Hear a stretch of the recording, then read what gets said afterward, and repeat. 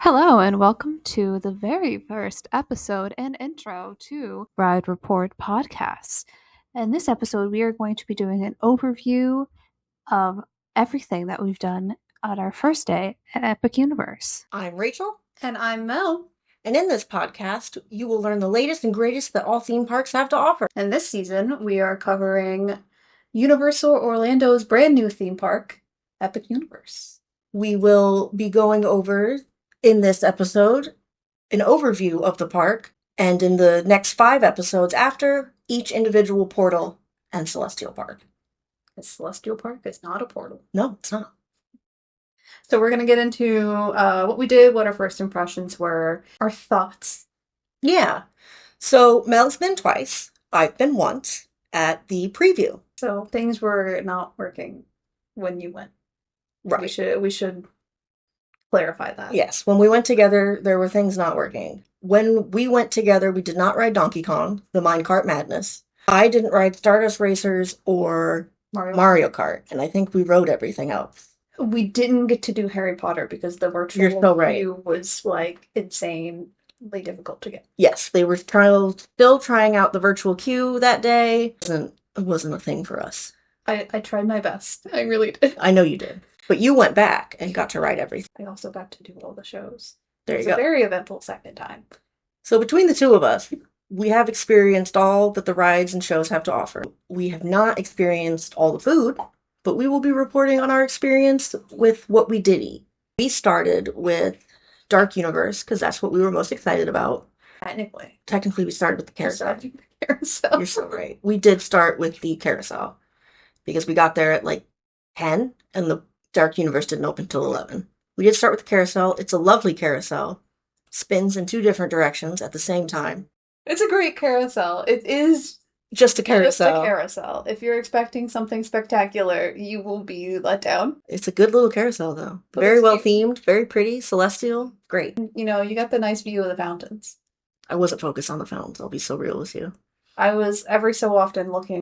I was looking at all the animals you could ride because they had the lights in them because they were constellations and they were so pretty. You know what animal I like is the peacock, but it's only for the wheelchair users. The wheelchair. I like the bear. I rode the bunny the second time around. Nice. What did we ride? We rode a dragon. They go high. They do go high. That's probably the highest I've seen a carousel go. We went straight to Dark Universe and waited for that to open. What I liked about Dark Universe is the second it opened, every person understood that everyone was there to ride Monsters Unchained. They kind of just funneled you. They did just funnel everyone to the castle, the manor, whatever it is. The manor. Thank you. Frankenstein Manor. They did kind of do like a little loopy-de-loop. They did do a loop through the whole area so you could see everything. But like you went past the Curse of the Werewolf, but they were kind of waving us off like it would close. Keep going. It wasn't open. Like don't go over here. Keep on. We got pretty far. We got past the lockers. The lockers are inside the queue line, like Velocicoaster, for like every ride that requires a locker, which I deeply appreciate. Great. It's very good. Anyway, we got into the room with Dracula's coffin for the line, not the ride. We didn't get on the ride at first, and it delayed. Yes. We were in that line for at least an hour, maybe longer. Had to been longer because we left the line at we did leave the line because Mel's stomach was eating itself. I was like, please, I haven't eaten anything all day. So the first thing we actually experienced in Dark Universe that didn't break was Das Steakhouse. We shared, at first, the red velvet cake. Death, I think is what it's called. Red Velvet Death. It's beautiful, shaped like a coffin. Has Rice Krispies acting as maggots. It's good. It's good. Skeeved me out a little bit. And then she had the vegan familiar's cabbage. Yeah, she's vegetarian, so... Yeah, so I'll give you all the vegetarian options. Yes, you will get all the vegetarian, vegan options. I had the bird on a steak. It was great. 10 out of 10. I couldn't finish it. It was a lot of food. They gave you a lot of food because it's an actual sit-down. You have to mobile order, but it's an actual sit-down restaurant. I will say we also did check the Universal app throughout the day to see wait times, which dictated where we kind of went. we also had a plan. We were like, this is what we really kind of want to see first. Yeah, Dark Universe was Dark what we wanted to Universe see was like- first. Darkmoor. We were about to talk to the Invisible Man when you looked at the app and Oh, saw yeah. that Monsters Unchained was back to a 45-minute wait. It was back up, so we ran. And you know what? It was not a 45 minutes. It was not 45 minutes. It was more like, I would say probably 20. It's pretty quick. It was great. From there, we rode Curse of the Werewolf. We're going to talk about Unchained more in a future episode. Well, in the Dark Universe episode, we will get into what we thought about Unchained. Yes. Mel's very excited. I love that ride. I really liked Curse of the Werewolf. Mel thinks it's too short. It's fine. It's not the best coaster of all time. I'm a big baby when it comes to roller coasters. The most intense I can do is Hagrid. Curse of the Werewolf was great for me. The coaster enthusiasm lays solely on me. Yes. The more intense coasters like Stardust Racers and Velocicoaster and the Hulk, you're going to have to go to Mel for her bad opinion. Because I will not get on them. It spins you around, which is great. But we didn't spin that much. That's because they were still kind of working out that. And we did find out later on, after we rode it, like days later, there were safety issues on that ride. You know what? That's what you get for being the guinea pigs of the park. You know what? It made it better. It happens. No, I'm kidding. It was a good little coaster. I thoroughly enjoyed it. And then I made Mel wait with me to talk to the Bride of Frankenstein and Frankenstein's monster. Oh, and we also talked to the Invisible Man, who was very mean to you. But we'll get more into that. It's good though. It's good. He's It's funny. To be mean to you. He called me a moron. Todd, my husband, was afraid to talk to him. I bet he was. We spent a lot of time in a good Darkmoor simply because Monsters Unchained went down. That, and also at some point we were just so immersed. We were having a great time. And we were like having a great time, and then we're like, wait a minute. There's other areas. There's other places we can go. It's like you're having such a great time, but there's other portals. From Dark Universe. How to Train Your Dragon. Did we go straight to How to Train Your Dragon? I think so. Pretty certain. How to Train Your Dragon is another beautifully themed land. It's fantastic. We went straight for Hiccup Swing Gliders. Which was surprisingly not a bad wait. It wasn't. Like 20 minutes. I really liked Hiccup Wing Glider. I think it could have been longer, like Hagrid's. I didn't expect it to. It was similar in intensity to Hagrid, but it wasn't as long. It's definitely like a family coaster. But a little bit faster, which is what I like. I like the show elements they have in there. We'll talk more about like different elements of it. From there we rode, what was it? No, we went to Mead Hall. We did. You had the mead, and I had Stormfly's Catch of the Day. We both had Stormfly's Catch of the Day. It's just a moose fish with a chocolate shell. It's good. It's good for chocolate lovers, but it is just mousse. They have like a little cereal underneath, like dirt. Yeah. And then you had the mead.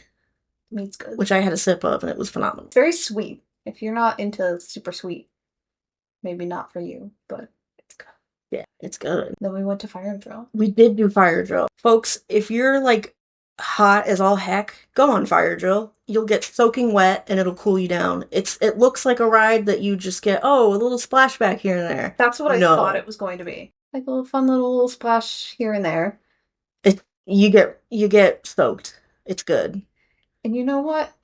Out of all the rides, most of the rides, I would say like 90% of the rides have lockers, or almost all of them have lockers, except for that ride. Well, it's not an intense ride, so you're not in danger of losing your stuff. You know why there's not lockers, though? Why? We figured this out on the second go-around. Oh. There's a little box at the front of the boat you can put your stuff in. Oh, like Dragon Racer Rally? No, there's like on the actual ride vehicle itself. Oh. There's like a little like box that you can put your stuff in. And I wouldn't have noticed it because the guys that we rode with, he like saw it and he opened it and he was like, "Are you telling me we should put our stuff in this whole time?" That's actually hilarious because my phone was in my pocket and it got soaking wet. But I had like a plasticky purse. But I was not smart enough to put my phone in there. You know what? It's an iPhone. They're water resistant now. It's not enough. Resistant. Resistant is the key word. That was a good cool down. We were soaked. We were soaked. Socks were ruined. And from there, we rode Dragon Racers Rally, which is definitely for children. It's short. It's short, and they keep mentioning that if you move your body weight the right way, you can do barrel rolls. I haven't been able to figure it out, but Todd has figured it out. He figured it out on his first go around. He was like, "Oh yeah, I flipped a few times." It's like, how? It's like you really got to throw your weight into it. It's like I must not weigh enough I don't think we weigh enough. because I can't do it, and I would love to. But it's a cute little ride. It takes you up pretty high so you can see like the whole area. Not the whole area, but like Good a good amount. chunk of If you wanted to just sit there and not play with the wings, to just take in the view, I played with the wing. It was it's a good little It's just cute little ride. it's just a little ride that takes you up high and brings you back down low in a circle. Yeah, it's a flat ride. Yeah. Themed more for children. From there, you rode Stardust. I was too afraid. No, we got drinks. We did get drinks. There is a very good mocktail at Bar Zenith. We got a mocktail, the Eccentric Orbit. It's very good. Also, the cherries were very fancy. They were very fancy cherries. And then we got in line for Stardust Racers, which I went to the family room while she got on. We did get the refillable cup, by the way. Yeah, they are just called freestyle cups. Freestyle cups is the word I wanted. We just refilled it with water. We did not, on that time, get the 3 special drinks. I think you got some of them on your second run. On the second run, I had the Celestial Park Spritz, the whatever the frick the dragon one is called for How to Train Your Dragon. Super Nintendo, as far as I can see, didn't have one. Oh, Dark Universe has the Sparky Berry or something. Something berry. Something berry. It's like a Dr. Pepper kind of berry vibe.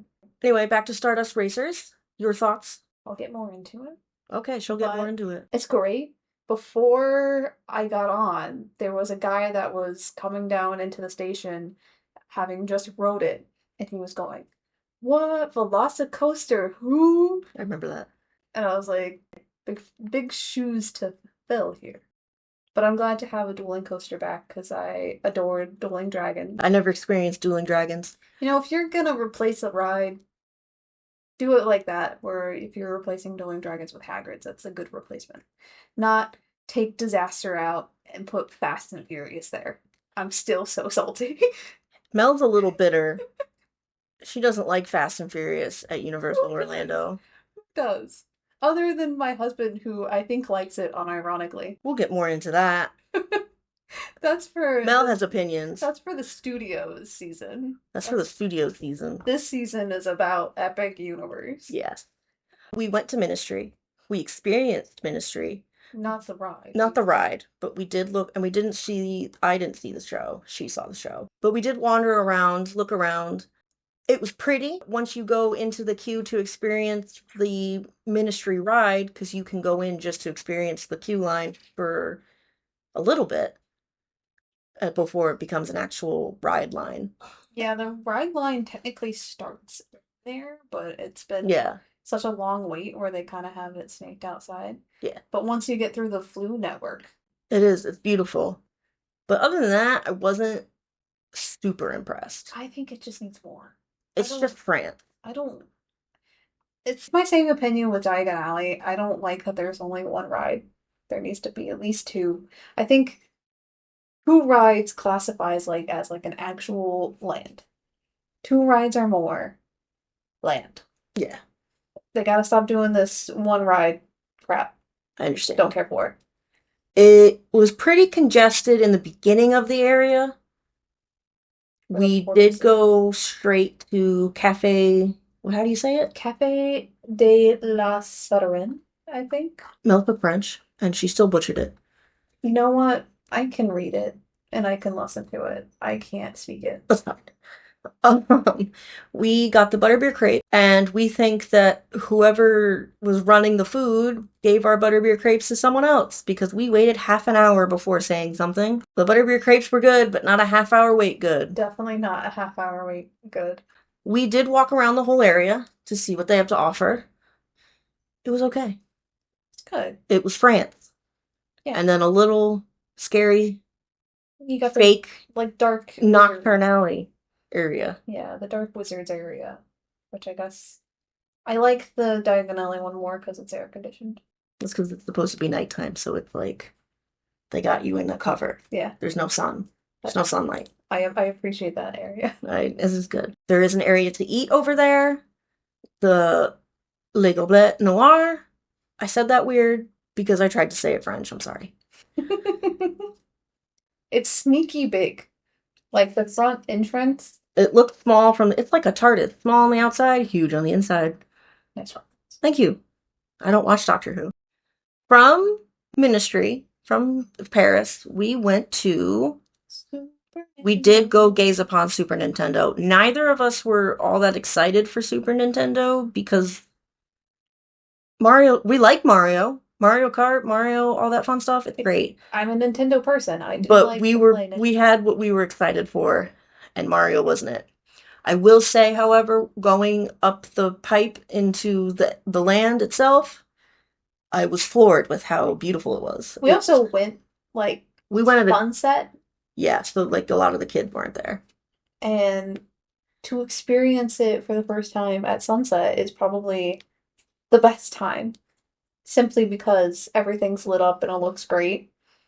It's gorgeous. There's not a real plant in sight unless you head over to Donkey Kong, but when you first get up there, it's all like the video game and platformed and levels. Piranha plants, Piranha like plants, the little blocks, the question mark everything block. moves.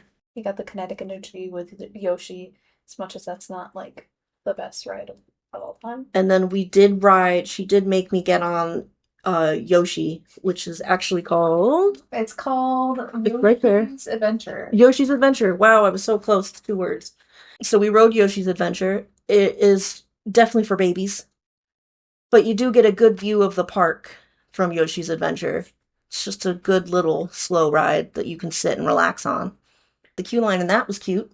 It's cute. A lot of interactive elements with the power band. Yeah, yeah. If you want to pay $50, Yeah, for a power band. we did not do that. Same goes with like the wands in Harry Potter. If you want to spend what, 80? Yeah, That's we ridiculous. we say it's ridiculous. We do both have wands. I bought my wand in 2011 when it was $40. I bought mine. And that was a lot for me. I bought mine in 2022 for 60. So they're $20 more now or something. Inflation, baby. Mine's also, both of ours, I think, are the generation one because there's now a second generation. Yes, I have Luna Lovegood's wand. You have Hermione's. Apparently, according to the guy who sold you your wand, I could upgrade mine. Neat. I can exchange mine in. I don't know if that's true anymore, but you could try. Back to Super Mario. I will say it was probably the least. That's not true. It was accessible, but it was, as with everything, you have to take if you have to take an elevator or something, it loses that magic theming. Yeah. So it's not the most accessible friendly. A lot of stairs. A lot of stairs.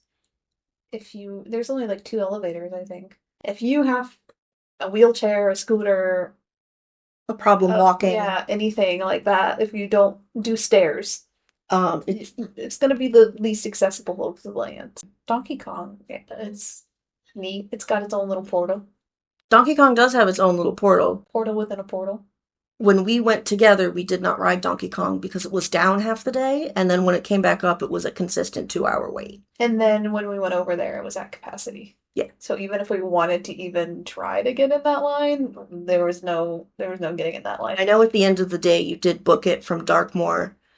We went back to Darkmoor. You did book it to go ride Mario Kart. Yes. So And how would Mario Kart that I time? walked right onto it. Nice. There was no one in the single rider queue. If you do the single rider queue for Mario Kart, you don't get all the fun line elements. Like you don't get to go to Bowser's library, you don't get to go to the bomb factory. You go to the foyer, see the big Bowser statue, and then you go directly to get your little headset. And then you go down a bunch of stairs. Lots of stairs. Oh, yeah. You go upstairs, you platform for a little bit, and then you go right back downstairs. Jesus. It's real great. They probably put the ride track underneath it or something. Probably. That could be why. I am not fast. They whenever Mel and her husband and I go all together, they constantly leave me in the dust. They just kind of look back to make sure I'm still there. So I did not join her on Mario Kart. She did run. I don't run. All I know is jogged for a little, you were in my line of sight and then you weren't. but I think I mostly just fast walked and bobbed and weaved in between. Yeah, I'm not good at the bobbing and weaving people. And I walked up the escalator. I didn't just like sit there and wait for it to break. Well, you already experienced the magic of the pipe. I was like, I know the vibes of the pipe. Let's go. Yeah. We did go back to Dark, as I said, we went back to Dark Universe. Mel wanted to see the Burning Blade Tavern in all its glory at night. We failed that mission. It wasn't working. But we did see it from a distance during the day. Yes. Because Frankenstein Manor has an outdoor queue. Yes. Sometimes you get in it, sometimes you don't. We were in it at one point, and we saw it. At a single point, we were in it. The last, 4 times I got to ride it, it was not open, because it's got great capacity. Yeah, it does. It just kind of funnels people through. And it's one of those rides that are constantly moving. They don't have to stop the ride so you can get on it. It's like Hagrid's or Forbidden Journey, the one that has the moving walkway so you just get on and it goes. Yeah. Minecart's also like that. Is it? Yeah. Oh, she did ride Minecart when she went back. I did not ride Minecart. I'll give more of my thoughts on Minecart, because I got some spicy takes. She does have spicy takes. As far as what we ate, we only ate really at Mead Hall. We ate the chocolate. And the butterbeer crepe. The butterbeer crepes and the Steakhouse. Das Steakhouse. We didn't make it like a food day. One of these days I would love to try the mac and cheese mac and cheese cone. It looks like it's painful to eat, but I really like mac and cheese, so I want to try it. Basically, what you're going to find in the future episodes is a deep dive into each area. And by deep dive, I mean our experience in each area. We'll sprinkle it with some facts about the area, but this is an opinion podcast. If you don't like our opinion, too bad. Form your own. Form your own. Because I know there are people that aren't theme park people that are underwhelmed by the park. Yes.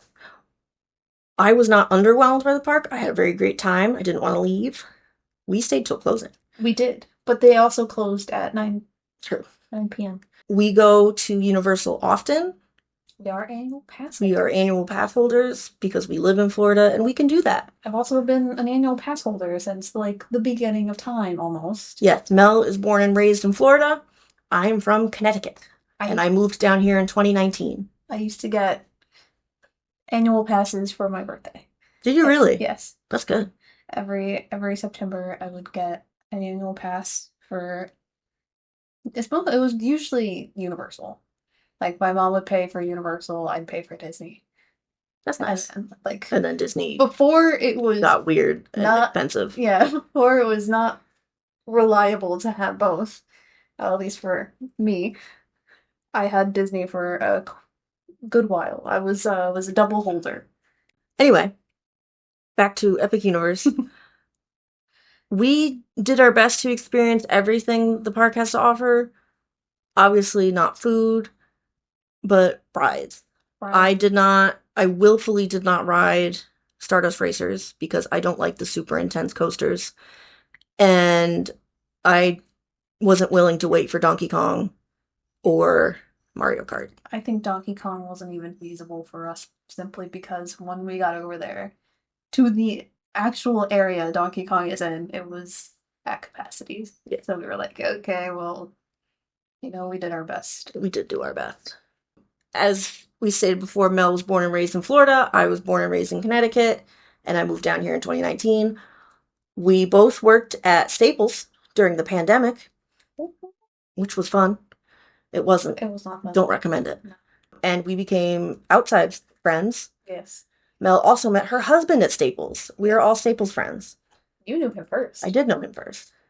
He was there for a minute, and then the pandemic happened, and they had to lay a bunch of people off, including your husband. And then they brought him back, and they brought you aboard. My first experience with a theme park that I remember is Disney World when I was 6. Mel has been going since she was a baby, So who knows if she remembers her first. She doesn't experience I her first don't remember remember my because she first did go as an experience. actual baby. I was like 3 months old. My mom took me as a actual newborn baby to Epcot. Once you're 3 months old, you're not newborn, but still, I don't recommend that. Please don't. I was freshly born. I was still fresh. Here's an opinion for you. Please don't bring your infants to theme parks.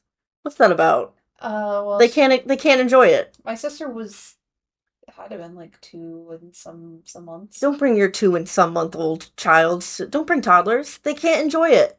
They won't remember it. Who is this for? That's my hot take of the day. But you wanna know how much that was, that ticket? How much? You wanna I'm gonna say $35. You were like spot on. It was like $34.99. Nice. I think you told me the story. Yeah. I wish Disney tickets were still $39.99. When it first opened, they were $1. In this podcast, we will go over what we like and don't like, all that fun stuff. We will also have mini episodes at some point going over things like Halloween Horror Nights, because we're avid Halloween Horror Nights fans. Yes, I've been going since I was 12 years old. Probably a little bit younger. And I've been going since 2022. I think I've been going since 2005. As far as Epic Universe, though, I will say the parking lot sneakily far away. We did get there early, and we did have we were pretty close, but we were also really far away. They had a section of the parking lot closed off when we went, so that could have been why we were so far back. But also, you're walking for a good amount of time. Yeah, I was suffering at that point. But they have like a nice like walkway. They got the. It's like a straight walk. It's a sidewalk. Let's not get excited. No, I'm just saying like it's not like Epcot where no, you're kind of hoping you don't get hit by the tram. There is no tram. There's no tram. Yeah, you do have to walk. I think at one point they were considering moving walkways, kind of like how City Walk has, and then they said no. Probably wise. Walk. Use your feet. Unless you're disabled. In that case, use your wheels. Use your wheels or feet. I will say it felt smaller than the other Universal parks. Weirdly, it's bigger. Is it? Square footage wise, it's bigger. It's bigger than Studios. I think it's because of the portals. Because there's no portals in the other two Universal parks, you just walk. Yeah. So you don't experience going from point A to point B so much. You have like a little loop system. Yeah. At Studios and Islands. When Mel and I went, because we're pass holders, we got to do one of the preview days.